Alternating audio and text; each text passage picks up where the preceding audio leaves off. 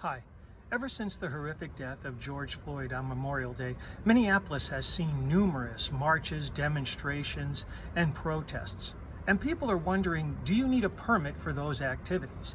Well, the answer is both yes and no. No, you do not need a permit if your protest is on public property and if you're not obstructing traffic. Yes, you do need a permit if your protest obstructs traffic. Now, here's why.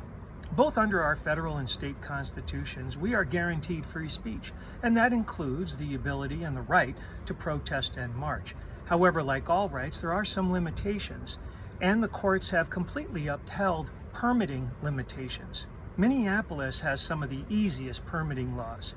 In Minneapolis, all you need to do is apply, give the city 5 days notice, and in some situations only 1 day notice, and pay a $25 fee. The reason for permitting laws is that you need to notify the police what's happening. The police need to be able to go out on the street, block the traffic from coming into the march or the demonstration so that everyone is safe, and able to alert the neighborhood that a march or a demonstration is happening. Without that type of notification and without that type of process, a very peaceful march or protest could have significant problems. Now, since Memorial Day, the city of Minneapolis has not enforced the permitting laws. They have simply allowed the marches and protests to go on. But the laws are still there.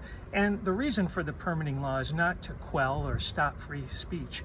Rather, it's to make sure that people are able to speak their minds in a very safe way, not only for the protesters, but the public in general.